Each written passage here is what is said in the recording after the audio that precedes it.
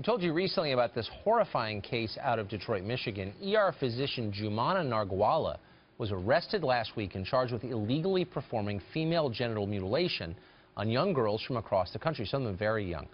It's so disturbing that we're not going to describe it in detail, and it's even more disturbing we have to have an expert on this topic, but we do. Ayaan Hirsi Ali was born in Somalia. She was subjected to this at a young age. She has since come to the West and become a vocal critic of this practice and of fundamentalist Islamic beliefs in general. Ayaan Hirsi Ali joins us tonight. Ayaan, thanks a lot for coming on. So, Tucker, thank you very much for having me. So as far as I understand, this practice, which has been banned for 20 years, no one's ever been prosecuted for committing it in the United States. Does that mean it doesn't happen? No, it happens, and it happens a lot. I've started the AHA Foundation back in 2007, and girls have been coming to us, women have been coming to us, whistleblowers, pediatricians. We know that it happens, and I first of all have to say I commend the FBI on this particular case. In this case, there was a whistleblower in 2013 who said, you know, this is going on, and the FBI did a good job of finally catching and having enough evidence to prosecute this particular doctor. I think it's going to send the necessary message to those who still continue to do it. But Tucker, unfortunately, there are 26 states in the United States that have no laws.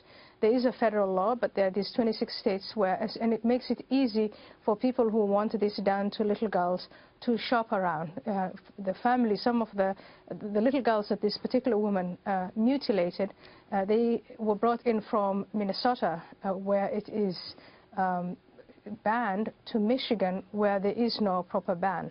So there's a lot of work to do still. You know, this practice is so cruel and horrifying that I'm not even going to, and I don't want to, describe what precisely it is on television, but it's truly awful.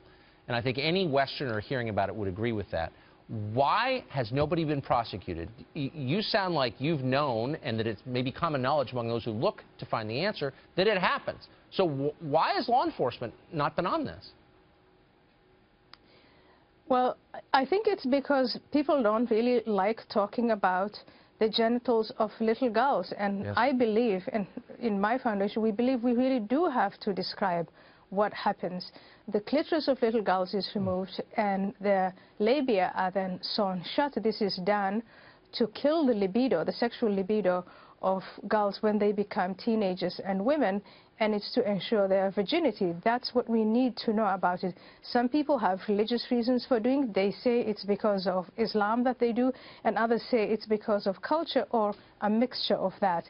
That can never be an excuse to harm girls that way.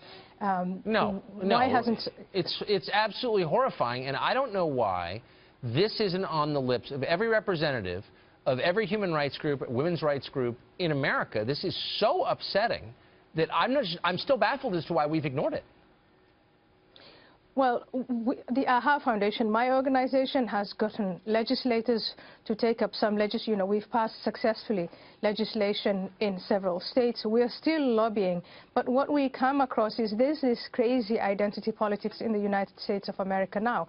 And when girls who are, you know, at risk of these horrible and horrifying practices, FGM is just one, but there are others, what we see is that people are willing to sacrifice the rights of these little girls in the altar of identity politics. It's very difficult for people to talk about the cultures and the religions and the harmful practices that are done by minorities, and this is happening to minority little girls.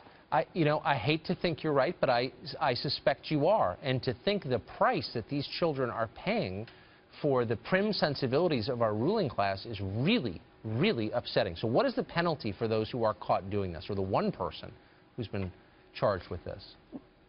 Well, again, we are really happy with this prosecution. Let's watch what happens. But I think what we need to do is to inform the American people. We try and educate pediatricians, teachers, law enforcement, all sorts of service providers, people around children, that this is a practice that is increasing. There are 500,000 little girls today in the United States who have either undergone or are at risk of being subjected to this. We need help.